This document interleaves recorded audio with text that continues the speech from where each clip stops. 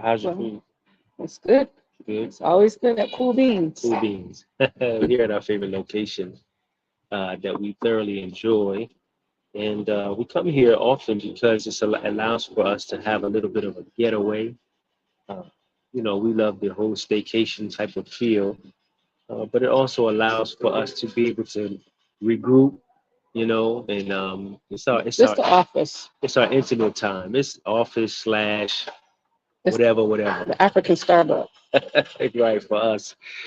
Uh, but we often have some really good conversations between us, and we thought that we'd be able to share that with you as well, because it's a bit pertinent. We believe some of these conversations because the conversations are typically as it relates to our experience here. Now, you know, we tend to share of our experience as it relates to us as one entity, you know, but we're two different individuals, and some of the things that we experience, we process them differently, and so we talk about it. Of course, we talk about it, and we want to share our conversation with you, give you a little bit of Over breakfast. intimate, yeah, and coffee and tea and all of that. So let me just ask, this question I'm asking is to my beloved here, which is, from your, just in general, overall, right?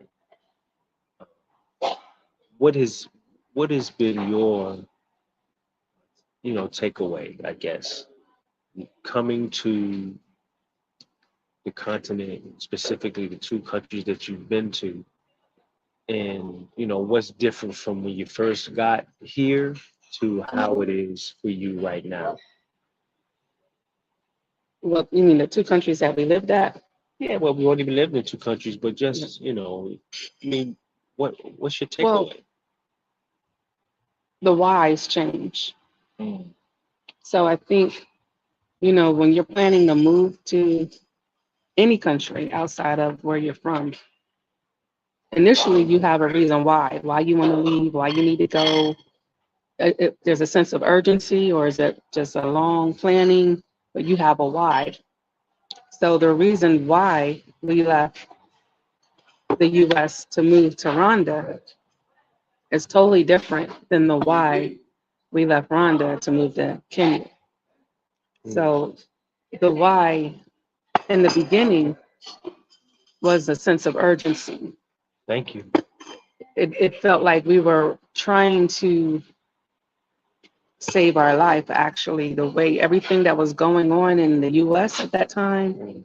Mm. We're in the middle of COVID. Mhm. They were trying to mandate stuff. They were, we had a crazy man in the office. So there was a sense of um, heightened levels of racism. Yay, my character. Thank you. And there's a fly that's bothering me, y'all. There was a heightened level of racism going on. Man, it was just very intense period. Sure. So the why at that time was, why are we still here? Why are we fighting to stay somewhere where they don't want us? And at that time, we didn't want to be there. So going and leaving at that time was like we were fighting again for freedom. But you For see, I understand you're saying we because it is true, but I want you to personalize, if you would, you know, the effects, you well, know. that was my feeling. That was how I Okay, felt at that okay, time. okay, okay. And so that was the reason why then. Now it's a personal choice. It feels like, um, do you stay? Do you go? Where do you go? Mm. Now the why is a personal choice. It's just I like being here. I like being on the continent. I love Kenya. I really do. I really, really, really love being in Kenya. So the why is just because. It's because I'm a free Black woman. I decide where I want to be, what I want to do. And it's not that we're fighting or I'm fighting to try to survive anymore. Now this is what I want to do. So that's the why for me. That's the reason. That's the difference. When we left the first time going to Rwanda, it was like, I gotta save my family. We gotta get out of here. This is crazy. We didn't know what tomorrow was gonna look like. And we knew that for us, our moms, this was a dream for them. We gotta get out of here and make that happen. Now it's like, this is what we choose to do. This is our peace here. I have peace. Life is still extremely hard. We're still That's adapting. not gonna change. Yeah, we're still adapting, but we're not adapting to trying to figure out where we belong in this country. We're just here. We're not forced to learn culture. We're not forced to learn language. We're not forced to be around people that we don't want to be around. We just be, and that's the why. That's good. I mean, I think that I can concur, for the most part. I think though, for me, it's a little, I don't say different, but I don't know for me if that was really my primary motivating factor. It was a part of it, but as far as my whys, our initial wanting to actually leave to, we chose Africa. At that time, we chose Rwanda, as we all know. Um, I think for me, more than anything, it was the opportunity that I know was always there. The opportunity to be able to, spread my wings, I guess, to see whatever else is out there um, for me. You know, um, I thought that it may have been convenient to go to a place at that time, thinking where there would be a different type of reception, given the current conditions, as you mentioned, for we as Black people. Um, because living in America as a Black person, there was always that feeling of being stagnant, not being able to fully express who you really truly are, or striving or wanting to become and be, all of that stuff there. And it appeared that coming to Africa uh, would be a great reset, and to be able to. So it was more of being able to expand, and we were embarking on business. Oh yeah, we can, learning that we can do business without all of this unnecessary red tape, with all of this, extra loot that was necessary, which we needed anyway. But anyway, that's a whole other story. Um, so yeah, that for me, that for me.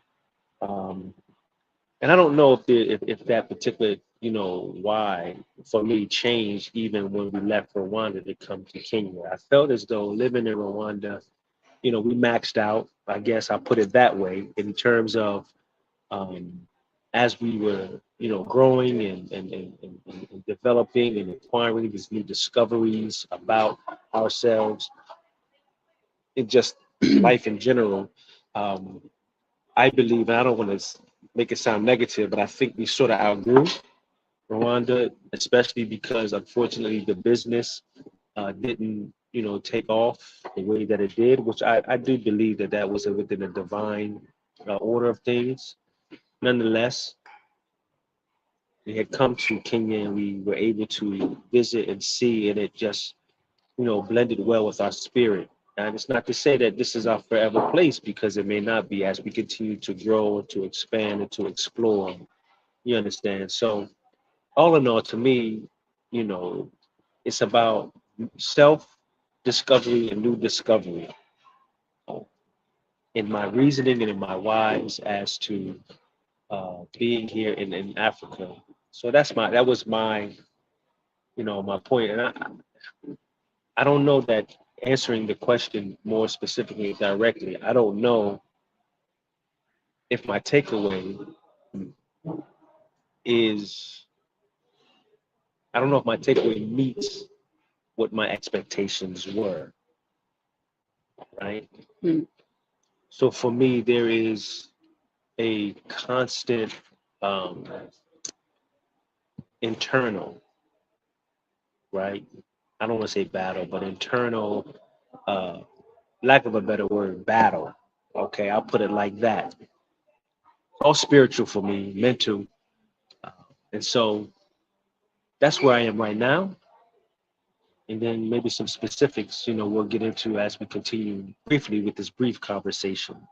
What do you have? Cool. Let's talk about it again later on. I'm not finished. Oh, you said what do we have? You have no more See, questions guys, for this is me? how we go. This is how we be battling. I'm trying to have a conversation, and she be trying to shut me We could off. do a couple videos. I'm trying to get to it. So let's discuss one more brief thing, okay? Um, this is the thing. I'm a communicator, as she always reminds you. And she said I'm long-winded. I like, to be able to share my thoughts, in a manner that is, of the intellectual type. I'll put it that way. And it's therapy in a sense, for me, on screen or off screen, to be able to, because I'm a thinker. I think a lot. I think about a lot of different things. I think about, what how this connects with that and that connects with this, right? And I'm always doing self inventory and all of that stuff. Okay, but we're not gonna get the Spanish omelet again. Well, They seen my face, and I'm sorry.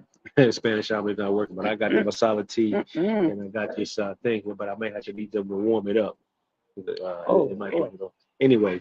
So there's challenges. There's challenges everywhere you go, wherever you are. That's just life. There's challenges, right?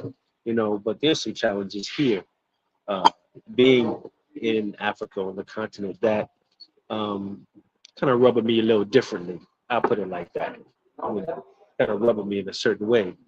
And we will, as we continue on with this particular series, go into depth with that. Um, but I guess, to share this, I think it's important because it's a reality. We may have touched on this sometime before. It's a reality. As much as we want to go and get away from all of that, right? That we experience, and many others who are still in that particular setting. I think that what is not talked about, and it could be for reasons. It could be because it's not a reality for everyone, but I don't think that it's talked about that there is a level of, I'll put it like this, homesickness. Mm-hmm. You get a little homesick, and when I say that, this is what I mean. Like something as very minuscule as the changing of the seasons, right? That's a beautiful. I love that, especially during autumn time in the fall. The being able to witness and then see the changing of the leaves. I looked forward to that when I was there in the States. I really enjoyed it. It gave me a sense of peace and just an enjoyment. You miss those particular things there. You miss. We have memories in in Atlanta of things that we used to do. It wasn't anything that was just oh, you made a boo boo here. Um, Places we would go. The residential tours began in Atlanta, and they began as us exploring and finding and discovering these different things. And we created some really good memories, man. And you begin to miss those. You miss, well, me, I speak for myself. I miss those particular things. Um, so there are things that you get this level of homesickness and you miss. You miss smells. You miss You smell, miss right? Right. energies and like. Okay, we don't celebrate Christmas, but I really, really like Christmas time in Atlanta.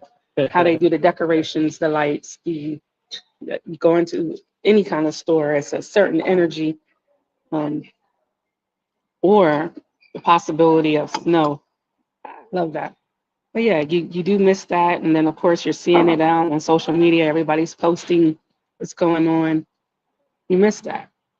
Um, Last week or 2 weeks ago, there was Thanksgiving. Of course, again, we don't necessarily celebrate Thanksgiving, but that is the time that we would go and be with the family. And y'all were posting turkey and dressing and all that kind of stuff. Well, I haven't had turkey in Kenya yet. It's driving me crazy. I can't find some turkey. We're dressing. So I'm like, oh God, And missing that. even with that point you make about, that time, what they would call Thanksgiving. For us, because we don't celebrate it, we know that it's a time where family usually comes together. And for us, our mind will always, you know, be directed toward those who are less fortunate, the homeless. And we always, set out to be able to spend our time by, I Yeah, know it sounds feeding the crazy homeless. to say you miss the homeless, if you will. That sounds crazy, but, you know, But our mission, that our was our mission, mission when we right, were home. We took care of the homeless, right. go out and try to feed at least 100 people. But we didn't just do it for the holidays, No, though. we That did was it our all the thing. time. We did it all. That was just basing off that point that Yeah. you just made. And, you know, even when we were in Rwanda and during the month of Ramadan, you know, with the cafe, we geared ourselves to be able to do just that. They weren't necessarily homeless, but they were less fortunate. And there was some fight, there was some Yeah, it wasn't pushback. like a welcome thing. It's like a Like, pushback for us to be able to go into the village. We had to have all of mhm. these steps that we had to. I'm like, we're just trying to help. Why does it have to be, you know, a thing? And it was very much needed, but because of whatever, like, So anyway, we miss we miss that. As an example of one of the things. We just miss things. You can go on and on. We can write a whole, I mean, but that's a whole natural though. list. A woman that leaves her family and moves to the state that her husband's in, she's gonna miss her family. Mm, It's just a part of life. sure it But is. it's a little different when you're thousands of miles away and Different culture. you miss your family. You can't just jump. Some people can just jump on a plane and go home. We ain't fortunate We ain't like the that. ones. So, but for me, everyone's gone that I would go home to except for my daughter. So it's like someone asked me the other day, when are y'all coming back? And I'm like, where would we come back to? What everything we got rid of I everything. got stuff to come back to. Well, that's you. I don't. So I that ain't for don't. me. My mama's gone. My brother, he loves Africa. He comes back and forth. So, and my daughter, if she ever comes back. But anyway, that's your realities. You're going to get homesick. And if you're not in the position that you can go back and forth, it's a hard challenge. It's not too hard because you got WhatsApp, you got Wi-Fi, you can see each other, FaceTiming. Imagine back in the day when they didn't have that. Now that had to be rough. But because we got that and you can see your loved ones easily, Hmm. it's not that bad. It's not for me. But some people it is. Yeah, Some people kind that's of like for me, it's a little challenging. It's a little challenging. not for me. I'm so weird. I've always been that one when I leave and when I left Jersey, I wasn't homesick. Moved to Atlanta. I do miss some things about Atlanta, but I'm not really homesick. I might miss people every now and then, but I'm not See, homesick. that's the part of me. I can't say that. I do miss some people, but it ain't really so much the people for me. It's really more anyway. Like I miss my daughter. I miss her dog. It's I look, really miss her hey, dog. that dog was on his way out. That's it. That was old. She don't Some like that. some friends, but outside of that, I'm happy where I'm at. That's good. I don't miss. In Kenya, I have everything that I need, so I don't miss too much of anything. Like there's people coming, and normally we're like, "Oh, can you bring this and such with you?" I don't have to ask for that here. And now I'm like, I don't need them to bring anything. I got everything I need here. So except for my Swedish fish. But outside of that, we're good. Stuff she don't need. She missed stuff she don't need. I might need the Swedish fish. It brings that happy moments. These are conversations that just kind of conversations we have, and we'll continue with this because there's much that we want to be able to share in a more intimate type of way, um, because as you know, we like to just keep things very real. Uh, Everything is not fluffy. Everything is not we're a couple, we're one, but we're also individuals, and you know if you come as such, these are some of the things that's possibly what you may have to encounter. You know, you seeing something one way, and your counterpart seeing something differently in another way. You have to find the middle ground But you know with what? things, and then just learn from one another. You'll be surprised. We get a lot of people, especially when we were in Rwanda, a lot of couples, but only one would come. It's true. And one would be like, I told him I want to move to Africa. He didn't want to come. That's usually that It's way. usually it's the men. Right. The We got a men that lot of the don't want men. to. They would leave. They like, listen, she didn't want to come. I told her this is what the deal is.